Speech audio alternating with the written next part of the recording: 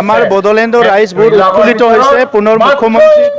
parliament নিৰ্বাচনৰ পিছত আজি লগ পাব আৰু যেতিয়াই মুখ্যমন্ত্ৰী ডাঙৰীয়া আহে বহুত ভাল ভাল খবৰ লৈ আহে আৰু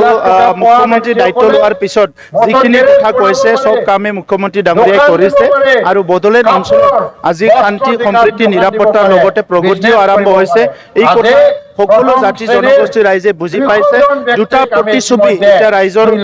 চকুল আহিছে সবৰ মনলৈ আহিছে এটা প্ৰতিচ্ছবি আছিল বিপিএফৰ সময়ত হিংসা দুৰ্নীতি অপশাসন ভ্ৰষ্টাচাৰ মানুহে ভয় কোনো সুৰক্ষা নাই শান্তি নোহোৱা এটা পৰিৱেশ আৰু ইউপিপিএল বিজেপিৰ সময়ত শান্তি সম্প্ৰীতি নিৰাপত্তা সমন্বয় আৰু সকলো দিশৰ পৰা প্ৰগতি আৰম্ভ হৈছে গতিকে আজি সকলো জাতি জনগোষ্ঠী ৰাইজে এটা সিদ্ধান্ত লৈছে এই নিৰ্বাচনত সিডলি বিধানসভা সমষ্টিত আমাৰ প্ৰাৰ্থী নিৰ্মল কুমাৰ ব্ৰহ্মক কমসে কম 50,000 পৰা 60,000 ভোটৰ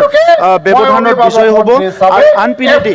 বঙাইগাঁও সিটত এজিপিৰ প্ৰাৰ্থীজনে বহুত ভোটত বিজয় হ'ব নিৰ্মলে জিকে যোৱাৰ লগে লগে সিডলি সমষ্টি উন্নয়নৰ কাৰণে মুখ্যমন্ত্ৰীয়ে তেওঁলোকে আকৌ চৰকাৰ মানে বাইৰেকশন বাদ দি পজিশন হাগ্ৰামা মহিলাৰী ডাঙৰীয়াই ৰাজনীতিক আৰু ৰিটাৰ্ণ আহাৰ সপোনটো নেদেখাই ভাল কাৰণ এনেকুৱা যদি দিন ঘূৰি আহে আজি মই দেখিছোঁ তেখেতৰ কিছুমান যুৱকসকলক বজাৰে বজাৰে সৰু মাইক লৈ পেলাই ভাষণ দিব পঠাই দিছে কোনো মেল মিটিং কৰাৰ পৰিৱেশে নাই গতিকে 17 বছৰ যিটো দুৰ্নীতি অপশাসন ৰাইজৰ যিটো ভয় ভিতৰ ৰাজনীতি দাবী ধমকিৰ ৰাজনীতি এইটো ৰাইজে পাহৰি যোৱা নাই দুৰ্নীতি ভ্ৰষ্টাচাৰটো পাহৰি যোৱা নাই ৰাইজৰ 17 বছৰ ইমানে ঠগাই গ'ল ৰাইজৰ নামত অহা টকা পইচা বিলাক 2,900 কোটি টকাৰ দুৰ্নীতি কৰি থৈ গ'ল 29 কোটি টকাৰ দুৰ্নীতি কৰি গ'ল বহুতখিনি ৰাইজক কাম দিম বুলি পেলাই পইচা খাই কাম নেদাকে গুচি গ'ল ঘৰ বনাম বুলি পইচা খাই গুচি গ'ল এই কথাবিলাক ৰাইজে পাহৰি যোৱা নাই গতিকে কোনো কালতে আৰু বিপিএফ ৰিটাৰ্ণ নাহে এই কাৰণে বিপিএফৰ লিডাৰ বিলাক এতিয়া পলাই গৈছে আৰু হাগ্ৰামাৰ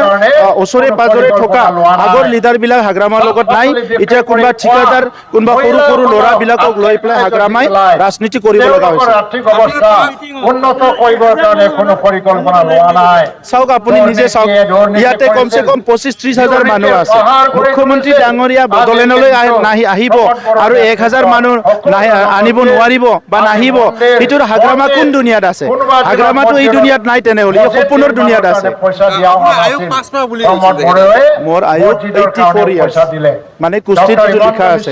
আৰু দেউতাই কৈছে ভাল কাম কৰিলে 5 বছৰ বাঢ়িব বেয়া কাম কৰিলে 5 বছৰ কমিব গতিকে এইটোতো মই লিখা নহয় এইটো হৰস্কোপত কুস্তিত লিখা গতিকে হাগ্ৰামা মহিলাৰী কোন হয় মোৰ আয়ু ক'বৰ কাৰণে মোৰ আয়ু হৈছে 84 ইয়াৰ্ছ আৰু ভাল কাম কৰিলে 5 বছৰ বাঢ়িব বেয়া কাম কৰিলে 5 বছৰ কমিব